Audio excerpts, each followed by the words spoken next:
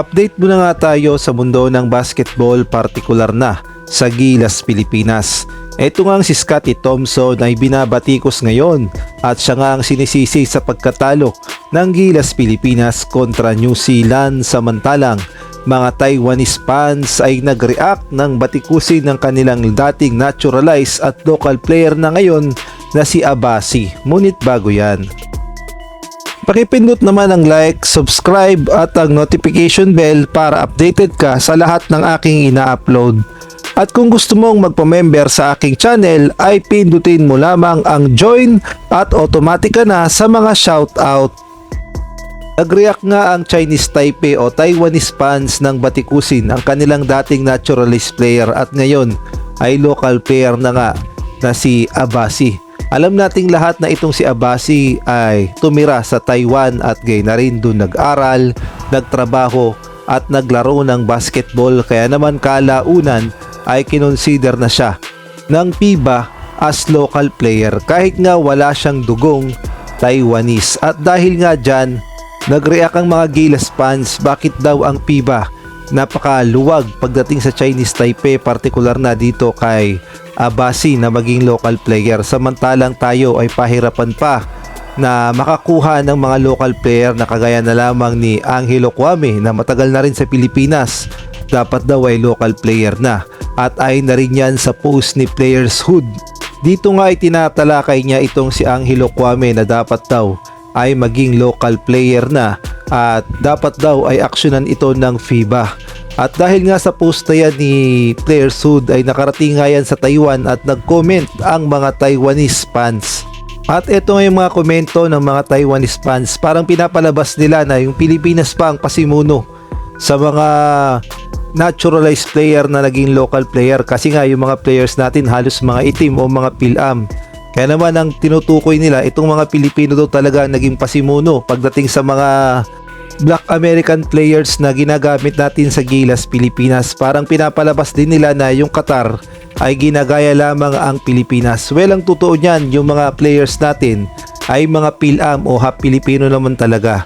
At ang pinupunto lang naman ng mga Filipino fans ay bakit ang FIBA pumayag pagdating kay Abasi na maging local player na ganun kadali.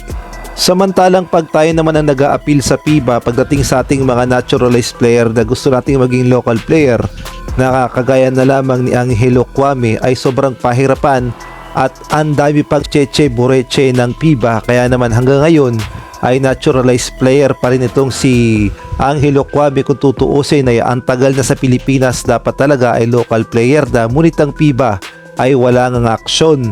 Tapos itong si QMB nakapagpasa ng papeles lahat-lahat, ngunit hanggang ngayon ay pending pa rin sa FIBA ang kanyang pagiging local player. Kaya naman hindi talaga maiwasan ng mga Filipino fans na magreklamo na bakit parang bias na ang FIBA, samantalang itong si Abasi ay ginawang local player ng ganun lang kadali.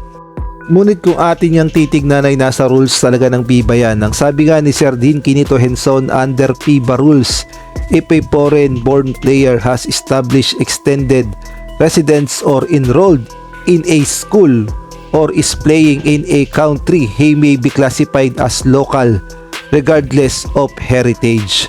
So lumalabas na malaki talaga ang pag-asa ni Angelo Kwame na maging local player ng Gilas, Pilipinas, kaya nga lang ang FIBA ay mukhang walang balak umaksyon. At kung kayo naman ang tatanungin, sa tingin nyo, naging bias ba ang FIBA pagdating kay Angelo Kwame? Maaari kayo magbigay ng komento sa comment section. Sa ibang balita naman, sa naging performance ni Scottie Thompson sa kakatapos lamang na laban ng Gilas, Pilipinas kontra New Zealand, maraming ang mga bashers ang naglipana at talaga namang galit na galit dito kay Scottie Thompson.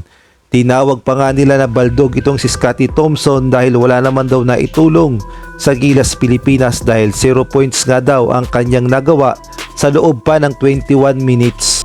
Kaya naman katakot-takot na pambabatikos ang nakuha ni Scottie Thompson sa social media at talaga namang galit na galit sa kanya ang mga bashers ng Gilas, Pilipinas at siya nga ang sinisisi kung bakit natalo ang Gilas Pilipinas. Well, bago natin i-bash itong si Scottie Thompson, kung ating babalikan ng second window, si Scottie Thompson ang naging susi upang manalo ang Gilas Pilipinas, o isa si Scottie Thompson sa naging susi upang manalo ang Gilas Pilipinas sa New Zealand.